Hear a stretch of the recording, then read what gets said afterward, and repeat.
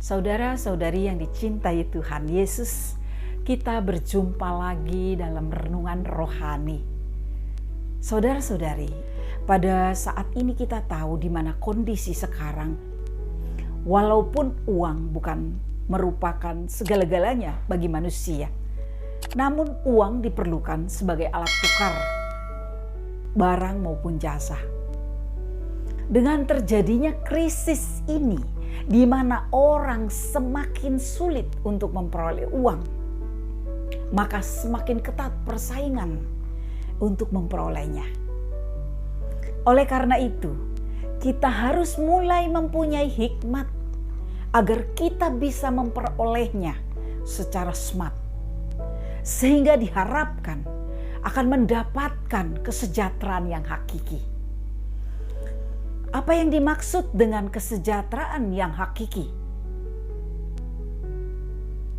Mari kita lebih dalam membaca firman Tuhan yang disampaikan oleh Matius bab 4 ayat 1 sampai dengan 11. Maka Yesus dibawa oleh Roh ke padang gurun untuk dicobai iblis. Dan setelah berpuasa 40 hari dan 40 malam, akhirnya laparlah Yesus. Lalu datanglah si pencoba itu dan berkata kepadanya, "Jika engkau anak Allah, perintahkanlah supaya batu-batu itu menjadi roti." Tetapi Yesus menjawab, "Ada tertulis, manusia hidup bukan dari roti saja, tetapi dari setiap firman yang keluar dari mulut Allah." Kemudian iblis membawanya ke kota suci dan menempatkan dia di bumbungan bait Allah. Lalu berkata kepadanya, "Jika engkau anak Allah, jatuhkanlah dirimu ke bawah, sebab ada tertulis mengenai engkau, Ia akan memerintahkan malaikat-malaikatnya dan mereka akan menatang engkau di atas tangan, supaya kakimu jangan terantuk kepada batu." Yesus berkata kepadanya, "Ada pula tertulis, janganlah engkau mencobai Tuhan Allahmu." Dan iblis itu membawanya pula ke atas gunung yang sangat tinggi dan memperlihatkan kepadanya semua kerajaan dunia dengan kemegahannya. Dan berkata kepadanya, "Semua itu akan kuberikan kepadamu jika engkau sujud menyembah aku."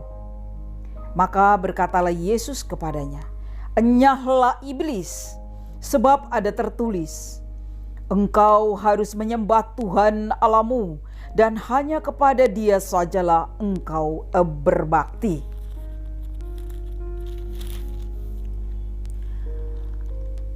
Lalu iblis meninggalkan dia, dan lihatlah malaikat-malaikat datang melayani Yesus.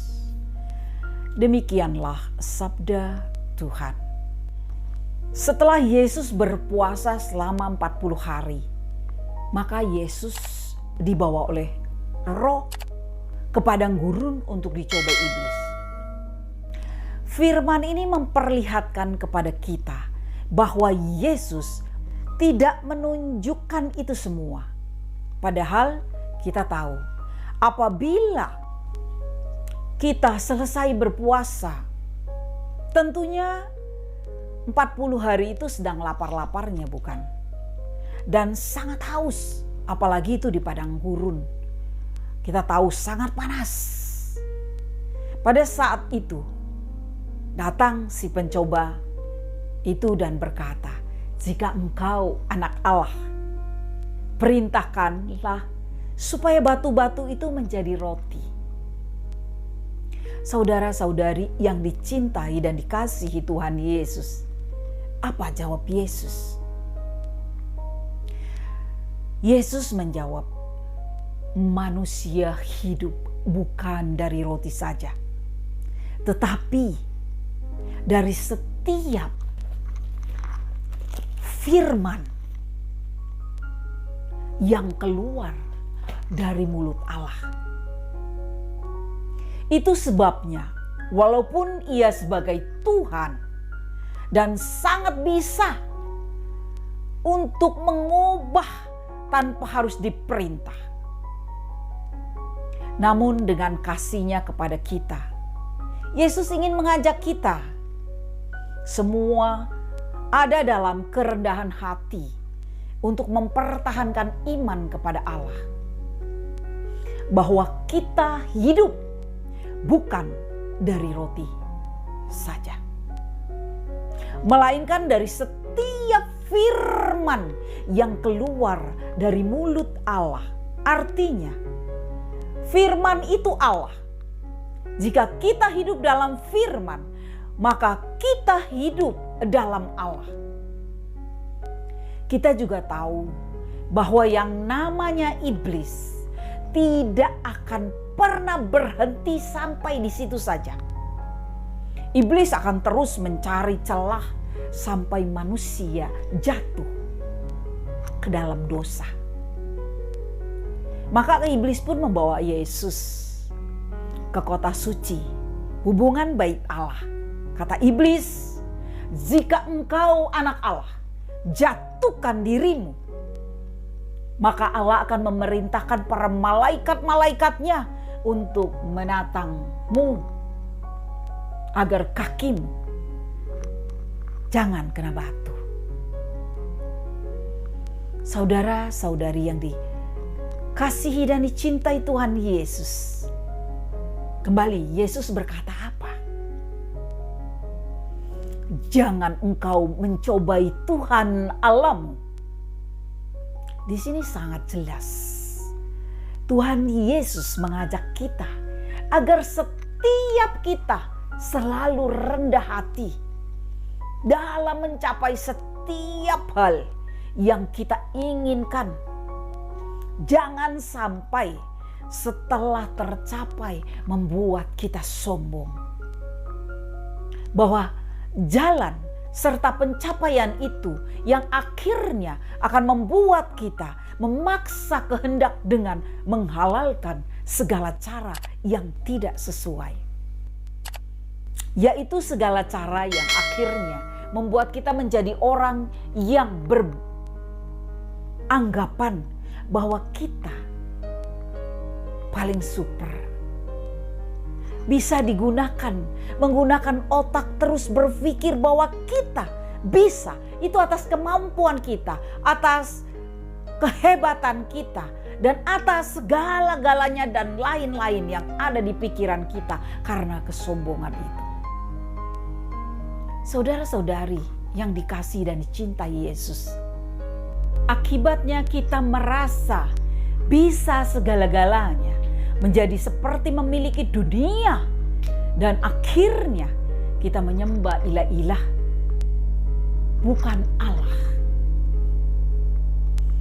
Hal inilah yang disampaikan Matius di ayat 8 dan 9, bahwa iblis membawa Yesus ke gunung yang sangat tinggi, memperlihatkan kepadanya semua kemegahan kerajaan dunia.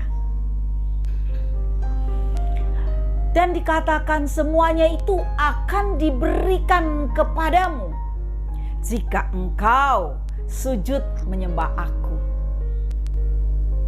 Di sini juga saudara-saudari yang dicintai Tuhan Yesus, jelas terlihat bahwa iblis dengan cara apapun menghendaki manusia menyembahnya dengan selalu diiming-imingkan kesenangan duniawi.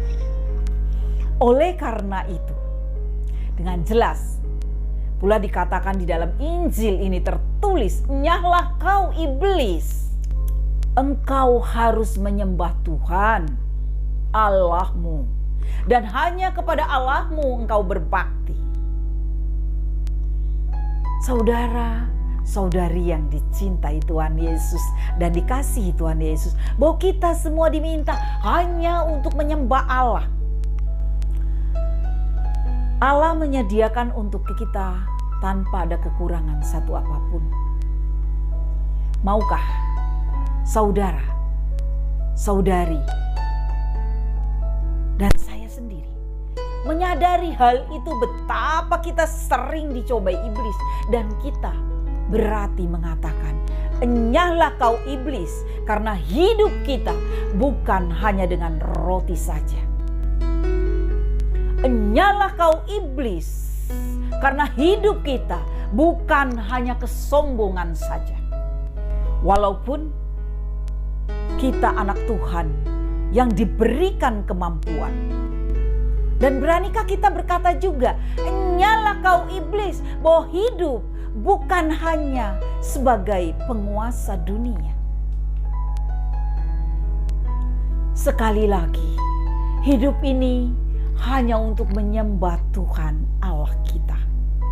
Carilah kerajaan Allah terlebih dahulu dan hidup dalam kasih serta kebenaran, maka kita akan dipenuhinya.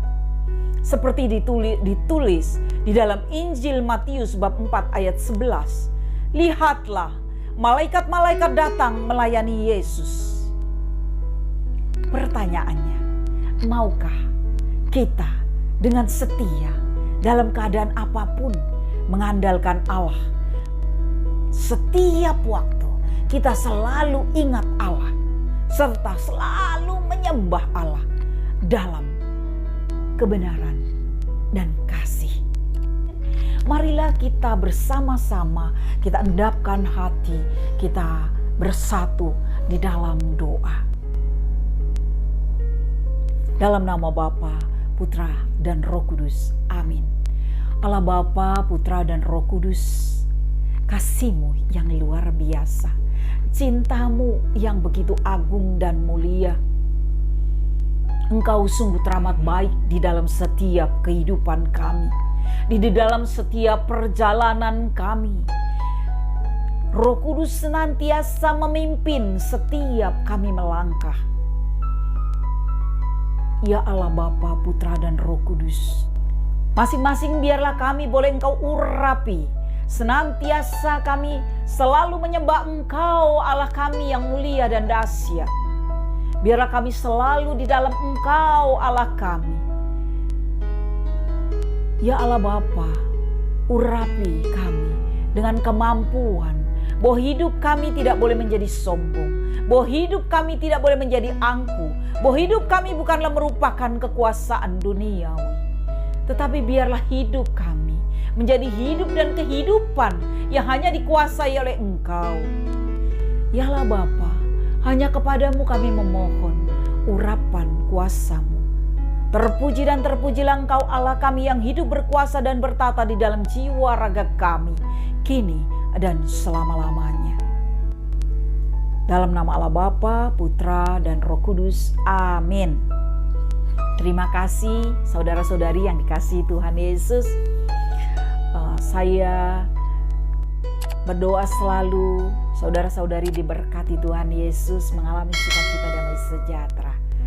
Sampai jumpa kembali.